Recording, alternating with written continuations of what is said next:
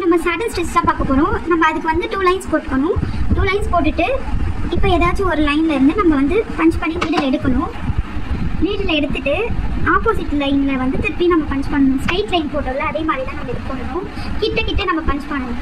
அப்போ தான் வந்து கொஞ்சம் ஃப்ளாட்டாக நம்ம ஃபில் பண்ண. இது வந்து ஃபில்லிங்ஸ்க்கு யூஸ் பண்ணுற ஒரு டிசைனு. திருப்பி நம்ம எங்கேருந்து பஞ்ச் பண்ணுமோ அதுக்கு ஆப்போசிட் டைரெக்ஷனில் வந்து குத்திட்டு ஸ்ட்ரெயிட் ஸ்டிச் போடணும். இது கேப்பே இல்லாமல் போட்டால் தான் ரொம்பவே அழகாக இருக்கும். இப்போ நம்ம ஒரு ஃப்ளவர்லாம் வரைஞ்சிட்டு அதில் வந்து ஃபில் பண்ணுறதுக்கு இந்த டிசைன் போடலாம். நம்ம சாட்டின் ஸ்டிச் யூஸ் பண்ணி இப்போ நம்ம திருப்பியும் பக்கத்தில் குத்திக்கலாம்.